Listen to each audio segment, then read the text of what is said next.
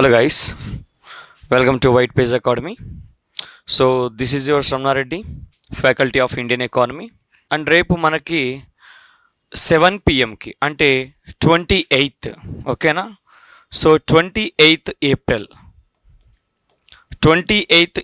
నాడున 28th April 2024 7 pmకి మనకి White Page అకాడమీలో స్కాలర్షిప్ టెస్ట్ అనేది ఉంది. మీ అందరికీ ఐడియా ఉంటుంది ఓకేనా. అయితే ఈ స్కాలర్షిప్ టెస్ట్లో మనం ఏ టాపిక్స్ అనేది కవర్ చేయబోతున్నాము అనేది ఒకసారి మీకు బ్రీఫ్గా చెప్తాను. అండ్ టెస్ట్ గురించి ఎక్స్ప్లెనేషన్ అనేది ఇస్తాను. టెస్ట్కి సంబంధించి ఎలా ఎప్పుడు ఉంటుంది ఏంటి అని చెప్తాను. అండ్ మోర్ ఎవర్ నెక్స్ట్ వచ్చేసి మనకి ఆ టెస్ట్కు సంబంధించిన ఎక్స్ప్లెనేషన్ అనేది మీకు ఎప్పుడు అవైలబిలిటీ ఉంటుంది అనేది కూడా చెప్తాను. సో ఫస్ట్ ఆఫ్ ఆల్ మనము అందులో ఇచ్చిన ఆ టాపిక్స్కి ఆ యొక్క స్కాలర్షిప్ టెస్ట్లో ఏ టాపిక్స్ మీద క్వశ్చన్స్ అనేవి ప్రొవైడ్ చేశాము అంటే, సో సింపుల్గా చెప్పాలంటే మనీ అండ్ బ్యాంకింగ్ కానివ్వండి. మనీ అండ్ బ్యాంకింగ్ అంటే ఇందులో మనకి డిజిటల్ పేమెంట్స్ కానివ్వండి, అలాగే మానిటరీ పాలసీ, అలాగే banking sector burning issues, next అలాగే వాటి మీద క్వశ్చన్స్ వచ్చాయి. నెక్స్ట్ అలాగే సెబీ షేర్ మార్కెట్ మీద కూడా క్వశ్చన్స్ అనేది ఇవ్వడం జరిగింది ఓకే. అండ్ నెక్స్ట్ అలాగే తీసుకుంటే budget and taxation budget and taxation మీద కూడా మీకు క్వశ్చన్స్ అనేటివి ఇవ్వడం జరిగింది. బడ్జెట్ అండ్ ట్యాక్సేషన్ అంటే మీ అందరికి ఐడియా ఉంటుంది. అందులో మనకి ఏ టాపిక్స్ ఉంటాయి.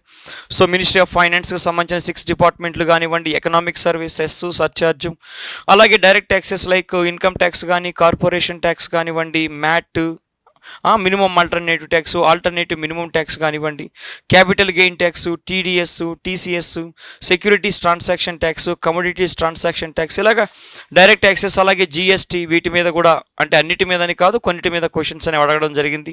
అలాగే revenue expenditure, capital expenditure, revenue receipts, capital receipts, ఆ విధంగా బడ్జెట్ అండ్ ట్యాక్సేషన్లోని కొన్ని టాపిక్స్ మీద అయితే మనకి ఇక్కడ క్వశ్చన్స్ అనేవి రావడం జరిగింది. అలాగే మనకి నెక్స్ట్ టాపిక్ వచ్చేసి ఇంటర్నేషనల్ ట్రేడ్ ఇంటర్నేషనల్ ట్రేడ్ అంటే అంతర్జాతీయ వ్యాపారానికి సంబంధించి కూడా క్వశ్చన్స్, ఎస్పెషల్లీ బ్యాలెన్స్ ఆఫ్ పేమెంట్కి సంబంధించి కానీ, లేకపోతే కరెంట్ అకౌంట్కి సంబంధించి కానీ. బేసిక్గా మనము ఇంటర్నేషనల్ ట్రేడ్లో చదువుకునేటప్పుడు కరెంట్ అకౌంట్, క్యాపిటల్ అకౌంట్ గురించి చదువుతుంటాం. అందులోనే మనకి నెంబర్ ఆఫ్ అంటే చాలా విషయాలు ఉంటాయి. మనకి బ్యాలెన్స్ ఆఫ్ పేమెంట్స్ అంటే ఏంటి, కరెంట్ అకౌంట్ డెఫిషియట్ అంటే ఏంటి, ఎఫ్డిఐలు అంటే ఏంటి, ఎఫ్ఏఐలు అంటే ఏంటి, ఈ విధంగా ఇంటర్నేషనల్ ట్రేడ్లో ఉండే కొన్ని ఇంపార్టెంట్ టాపిక్స్ మీద మీకు ఇక్కడ క్వశ్చన్స్ ఇవ్వడం జరిగింది. అండ్ నెక్స్ట్ అలాగే చూసుకుంటే నెక్స్ట్ అలాగే అగ్రికల్చర్ కానివ్వండి, అగ్రికల్చర్ టాపిక్, అలాగే ఇండస్ట్రియల్ టాపిక్ కానివ్వండి. నెక్స్ట్ అలాగే మనకి నేషనల్ ఇన్కమ్ మీద క్వశ్చన్స్ కూడా ఇచ్చున్నాను, నేషనల్ ఇన్కమ్ మీద క్వశ్చన్స్ ఇచ్చాను. నెక్స్ట్ అలాగే మీరు చూసుకున్నట్లయితే ఇన్ఫ్రాస్ట్రక్చర్ అంటే మౌలిక సదుపాయాలు అంటాం కదా, ఆ ఇన్ఫ్రాస్ట్రక్చర్ మీద కూడా క్వశ్చన్స్ అనేవి మీకు ప్రొవైడ్ చేస్తున్నాం. లైక్ ఇన్ఫ్రాస్ట్రక్చర్లో మనకి నెంబర్ ఆఫ్ అంటే లైక్ రోడ్ ఇన్ఫ్రాస్ట్రక్చర్ కానివ్వండి, లేకపోతే అర్బనైజేషన్ కానివ్వండి, లేకపోతే ఎలక్ట్రిసిటీ కానివ్వండి, ఇలాగే ఇన్ఫ్రాస్ట్రక్చర్కి సంబంధించి కొన్ని విషయాల మీద మీకు క్వశ్చన్స్ అనేవి ప్రొవైడ్ చేస్తున్నాను. అలాగే మనకి హెచ్ఆర్డి, దీన్ని రకరకాల పేర్లతో పిలుస్తుంటారు. ఇంజన్లుగా అయితే యూపీఎస్సీలో మనము హ్యూమన్ రిసోర్సెస్ డెవలప్మెంట్ అంటాం, లేకపోతే దీన్నే మనము సోషల్ ఇన్ఫ్రాస్ట్రక్చర్ అని కూడా అంటాం. అయితే దాన్ని మనకు టీఎస్పీఎస్సీలో మనకి డెవలప్మెంటల్ ఇష్యూస్ అంటాం, ఏపీపీఎస్సీలో డెవలప్మెంటల్ ఇష్యూస్ అవి ఇవి అని కాకుండా స్కీమ్స్ మీద క్వశ్చన్స్ అడిగేస్తూ ఉంటారు ఓకేనా.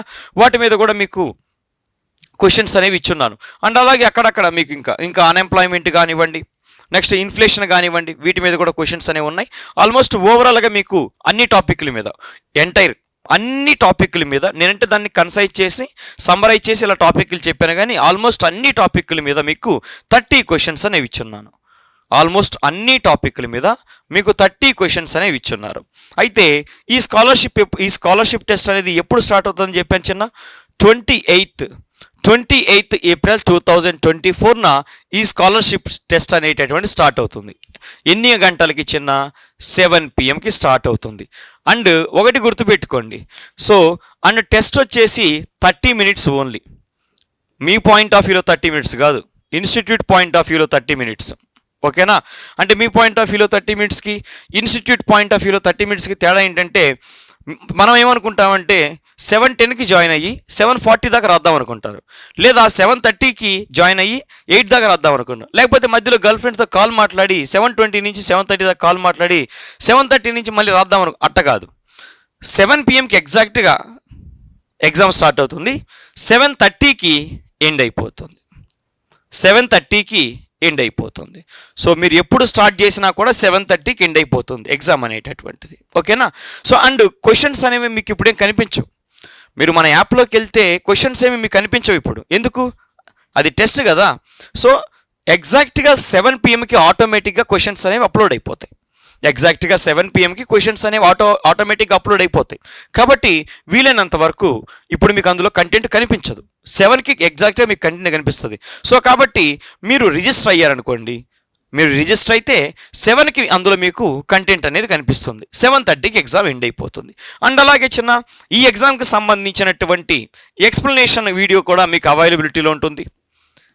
ఈ ఎగ్జామ్కి సంబంధించిన ఎక్స్ప్లెనేషన్ కూడా మీకు అందుబాటులో ఉంటుంది. ఎక్స్ప్లెనేషన్ అనేది 8 PMకి యూట్యూబ్లో 8 PMకి యూట్యూబ్లో లైవ్ స్ట్రీమింగ్ అనేది జరుగుతుంది. నేను తీసుకుంటాను లైవ్ స్ట్రీమింగ్. సో అందులో మీకు ఎక్స్ప్లెనేషన్ అనేది ఎగ్జాక్ట్గా 8 PMకి స్టార్ట్ అవుతుంది. అంటే ఆల్మోస్ట్ ఒక 30, 40, 50 మినిట్స్లో ఎక్స్ప్లెనేషన్ అనేది ఎండ్ చేయడానికి నేను ట్రై చేస్తాను. ఓకేనా? సో ఖచ్చితంగా ఈ యొక్క స్కాలర్షిప్ టెస్ట్లో ఎన్రోల్ అవ్వండి, మంచి మార్కులు తెచ్చుకోండి. సో ఒక రకమైనటువంటి కాన్ఫిడెన్స్ అనేది పెరిగే అవకాశం అనేది ఉంటుంది. అవునా కాదా? So that's it guys. Thank you so much.